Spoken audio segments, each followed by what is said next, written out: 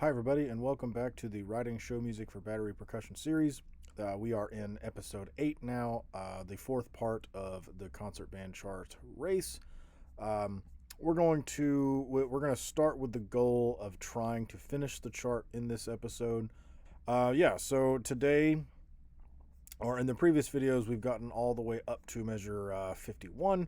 And we're on a drum break type thing now here. So we've for the next couple of measures, I think the next let's see, 1, 3, 6, 9, 11.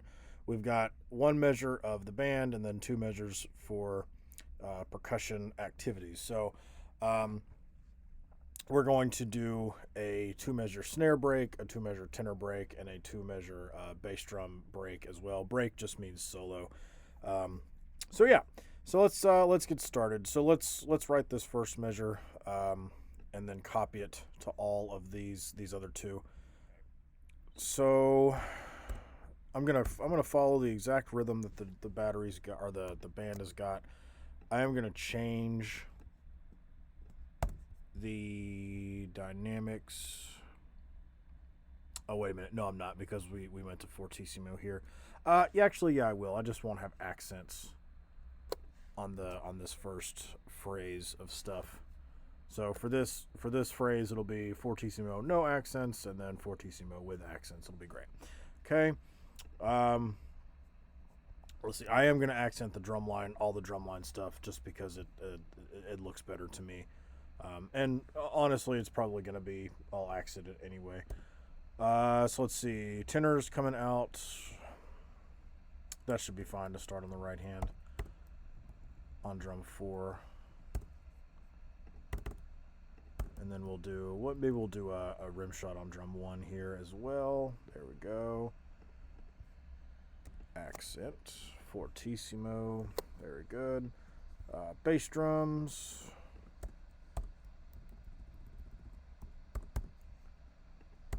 I won't do a rim click for them, just because I don't know. Well, yeah, let's go ahead and do it. I've been talking myself into a lot of things in this in this series. All right, so let's see, cymbals. I think we'll do one regular crash and then one muted crash. Again, accented at fortissimo.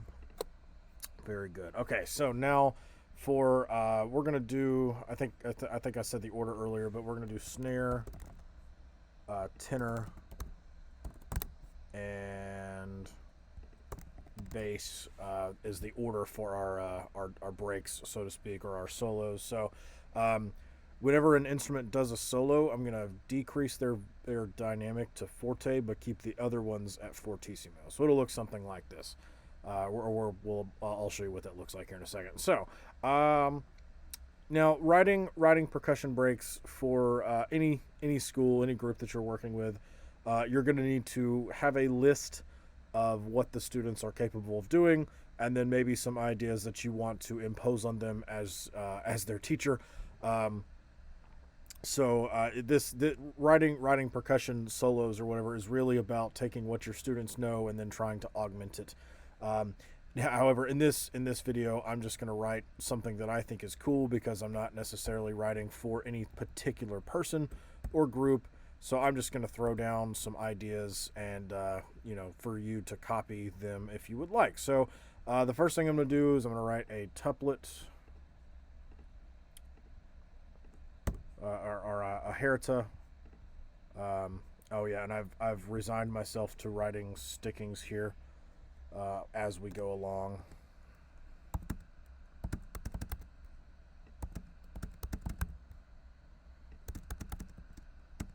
Okay, and since we're doing a double stop here, let's go ahead and do that as well.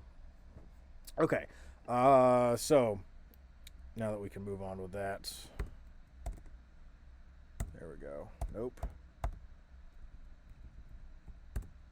Okay, so let's see. I'm going to do a herita with maybe a left-hand accent right here. We might get rid of that later, but there was also one thing else I wanted to change to. back here, I want to accent this rim note. I've been trying to make myself remember that every episode, but it just hasn't happened. So there you go. There it happened. All right. Yeah, I'm gonna take the left hand accent out of it. Usually, what happens when you add an accent to the left hand like that, the rhythm becomes very, very, very crushed, and I don't wanna fight that particular battle. So let's not write lyrics in yet. Okay, so we'll do more paradiddles here, but with an accent on the left hand for that. There we go. And you know what? Since we're the only thing happening, I'm more than okay with having more rim shots right here. So yeah, that'll work. Okay, we'll go back to triplets here. Let's do a triplet roll.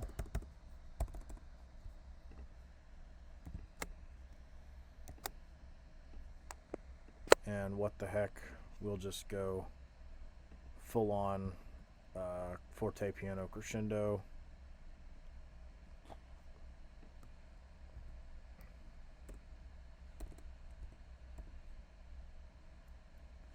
Actually, yeah, we'll do that. We'll do triplet 4 and there we go. And we'll be back at fortissimo. Okay, so now remember, everything else is already fortissimo here, so I don't have to change anything now since we're at fortissimo here on beat 3. So let's just copy this back and remove all the unnecessary dynamics. Okay.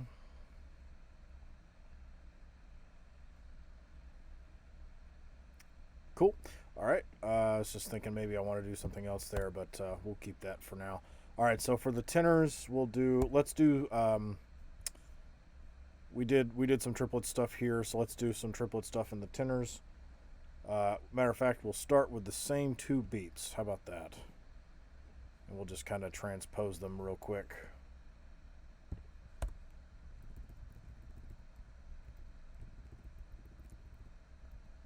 Okay, down there. Drum 4, then we'll do a shot on the Spock. And then a left hand scrape on drum 2 and 4. And then we will do some more scrapes between drums 1 and 3.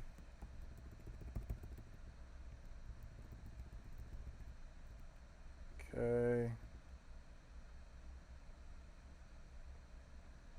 Let's see if I can change. I can. Good. Fantastic. That would have been really, really awkward if I wasn't able to, but thankfully I can. Finale's going to work nicely with me today. So we're going to make this a double stroke. This is a left hand diddle. Okay. Boom. All right.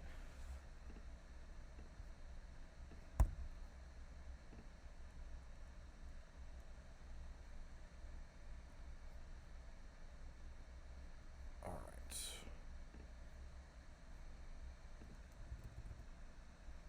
Now I got to do. I know what I want for the rest of this measure, but I have to do something weird to get to there because I have to write another triplet with the 16th notes on the end.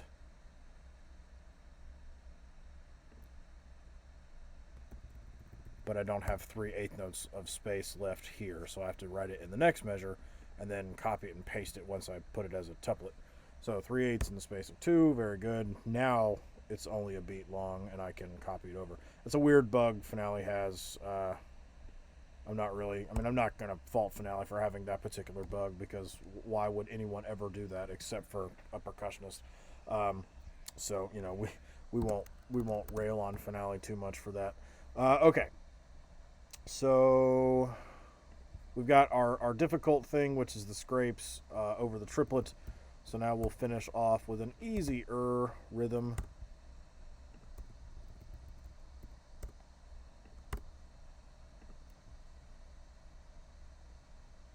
Okay, why not? We'll do some crossovers as well. So in this case, my right arm is going to be crossed over my left. And then I'll end the phrase with a rim shot on drum 1. Okay, very good. All right, so that's that. Another one of those. Okay, let's erase that. Okay, so now what I need to do is I'll do the fortissimo here as well. So they're still at fortissimo, they're now at fortissimo, they're still at fortissimo, everybody's at fortissimo, very good. Now I'll put the bass drum solo in. And we already knew what was coming. It's going to be more sextuplets, but oops, not fortissimo. So if you've got a bass drum line that can handle it, I'll show you something else really cool that you can do. It's called hand-to-hands. It's basically it's a hocketed rhythm where everybody is playing the other or every other beat. So like in this instance, we have a triplet where bass 1 is playing the actual core rhythm, and then they're hocketed in bass 2 for the sextuplet. We can we'll keep that in here. This is definitely an advanced thing. If you don't think you can handle that, something like this will be more than fine as well. Let's see, and then let's see. We'll do a hit on beat 1.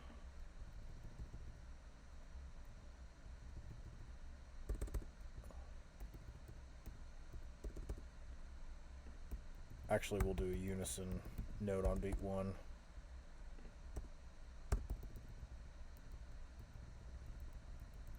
Okay.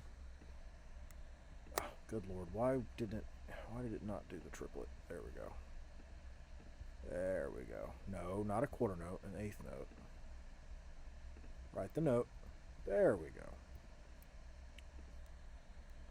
go. Then we'll just do the straight down the drums sextuplet.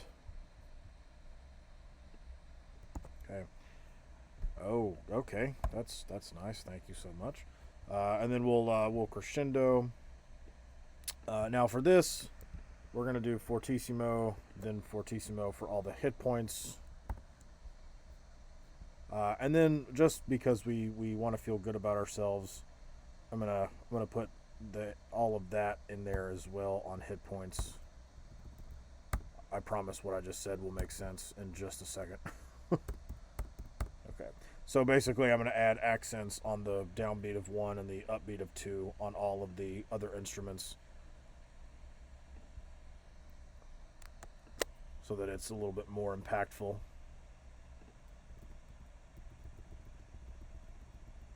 And remember, snares and tenors are still at fortissimo as well, so there's no need to change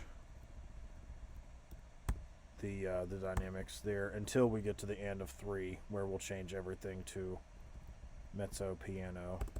And I'm actually going to take out that rim shot and the accent if I can find the regular hits. There we go. Okay. Mezzo forte, and we'll do a pretty drastic crescendo up. Very good. All right. So there's my my bass drum solo, along with my snare and tenor solo. Oh wait, we got to add some cymbal notes in here as well. So we'll do choked crashes on the hit points. There we go. And we will separate the stems. Okay, very good. We're going to do a quick save. All right, we're on 15 minutes of raw material, of raw footage. So, yeah, I think we'll just finish the drum break section, and then we'll tackle the rest of this in a part 5 or episode 9 for the series. But yeah, all right. So let's see. Let's check the dynamics just to make sure everybody's good. good. Everybody's still at fortissimo. We're going to crescendo there. Very good. All right. Awesome. Now, for these last two measures, I'm going to do something really, really lazy. And I'm going to make a copy of measures. I have it in my notes here, 33 and 34. I think that's these right here, right? Yes. All right. So we're going to copy these two measures right here. And we're going to shamelessly put them right here. And I'll just get rid of this. Yep. Very good. Okay, so that works in the tenors, or the cymbals, works in the bass drums, works in the tenors as well. Do I not have a dynamic marking in 33 and 34? That's not good. Oh, it's because it's already there. All right, fantastic. Okay, awesome. So now we move to one measure of band and one measure of drum, right? So we're going to essentially do the same thing that we just did here, but only one measure at a time. So we'll write another measure that completely mirrors the band. Again, if I can find the correct note to use. There we go. Okay, and we will accent everything and mark it at fortissimo again. Yeah, okay.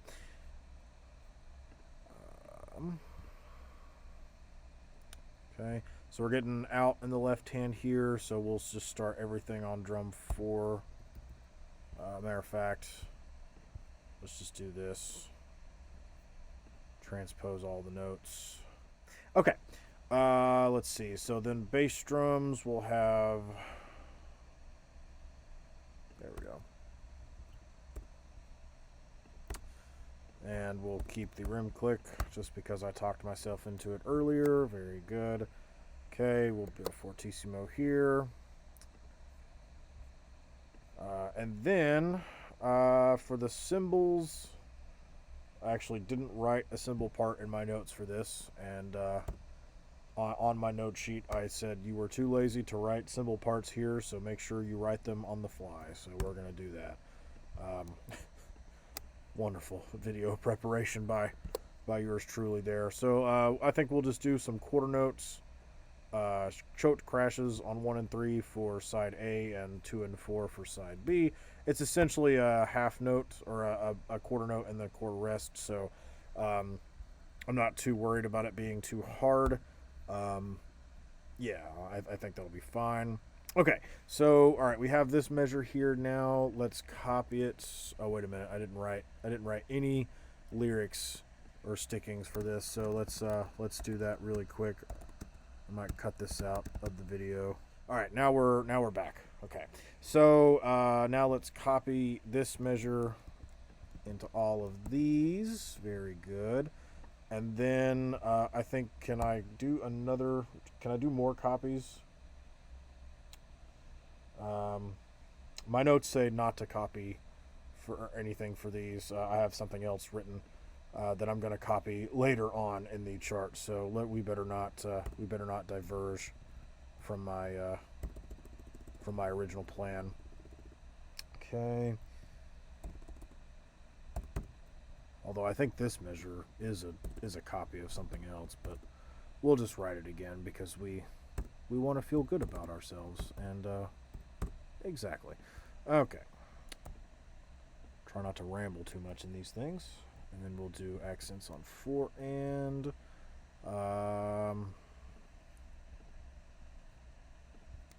start at piano. And then we'll go all the way up to fortissimo here. Okay, very nice. We'll do a paradiddle with a double stroke roll, another paradiddle with a double stroke roll. We write the stickings. I should have done this once and then copied all of them, but that's okay. Okay, so now here we'll... Oh, goodness, come on now. We'll do right, left, right, left, right, right, and then the exact opposite sticking. 2 putadas, left, right, left. There we go. Okay, so let's see here. I'm going to copy all of that in the tenors. Excuse me. Excuse me. Thank you. All right. Let's see. Then for bass drums, let's just do straight down and straight back up in a half beat fashion per drum. Okay, let's do something smart and just copy all of these instead of having to re-enter them again. Look at that. Sometimes I can be smart. Let's see.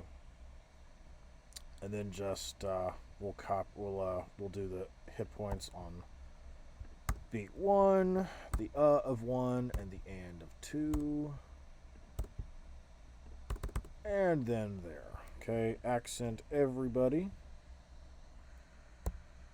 Right there with a crescendo. Very good, ladies and gentlemen. And then we will ride sticking. Right, right, right, left, right, left. All right, let's see. Dings. And I could do quarter note crashes here, but that's going to really kind of interfere with what's happening with the one and. So I'll just do half note regular crashes if I can find them, please. There, that was it. Dang it. This is why. This is not the best way of entering notes. That please don't enter your notes like this. This is just my cursed way of doing it since I've done it this way my entire life. Okay, very good. So we won't accent the dings, we'll accent the crashes, and we will end up at fortissimo here instead of beat 4, but we're not playing anything or a new articulation or articulated note in beat 4, so that's good. So this right here, this drives me absolutely nuts with all of the fortissimos being here except for the cymbals, but this is the sacrifice we make in the fight for specificity. That's definitely not a word, but I don't care. There's nothing you can do to stop me. Okay, so now to close out the video, we're going to write these 3 measures here. Actually, before I do that, I'm going to put a edge to center marking here. There we go. All right, cool. When you're doing something like this where it's like 1 measure, maybe you can have a meeting with your center snare drummer or your center tenor player or your bass drum section leader and ask, hey, what's a cool 1 measure thing that I can put here that you guys really like to play, and maybe that'll inspire some creativity, and maybe they'll start writing their own drumline music. But for me right now, I'm just going to write something random, and again, there's nothing that my drumline can do to stop me because there is no drumline. It's just me talking to a computer and writing drumline music. So we will try not to have an existential crisis. Where was that 9-lit from before? There it is. We're going to copy this 9-lit here because we haven't used it. We've only used it once, so we haven't used it enough. So we're going to torture our snare drummers with another 9-lit.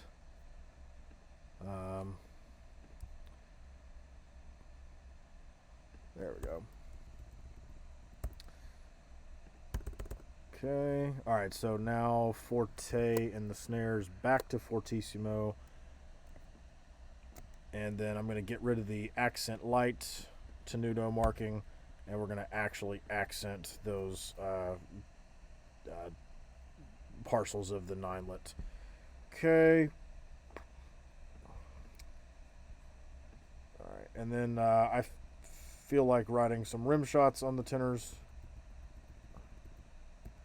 So let's do just that because we cannot be stopped. Our reign of terror shall never end.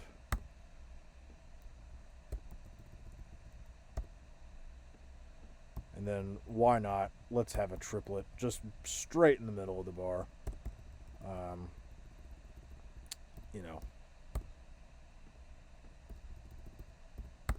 Just a very hard gear change from 16th notes to 8th note triplets, but we can handle it because we are we're intermediate to advanced drumline. If you're not an intermediate to advanced drumline, this is going to be a point of contention. but we're just not going to worry about it. Now this is going to be fortissimo or forte. We're going to go back to fortissimo here, and now the bass drum is going to be forte. Yes. And let's do a variation of this measure. And instead of going down, we will go up. And then we're also gonna decrescendo here so that we can start crescendoing at piano. Okay, awesome. Yep. All right. So forte, fortissimo, fortissimo, forte, fortissimo. This is a not needed dynamic, so we're just going to get rid of it. I think that is everything. Thanks for staying with me and watching. I will see y'all in the next one.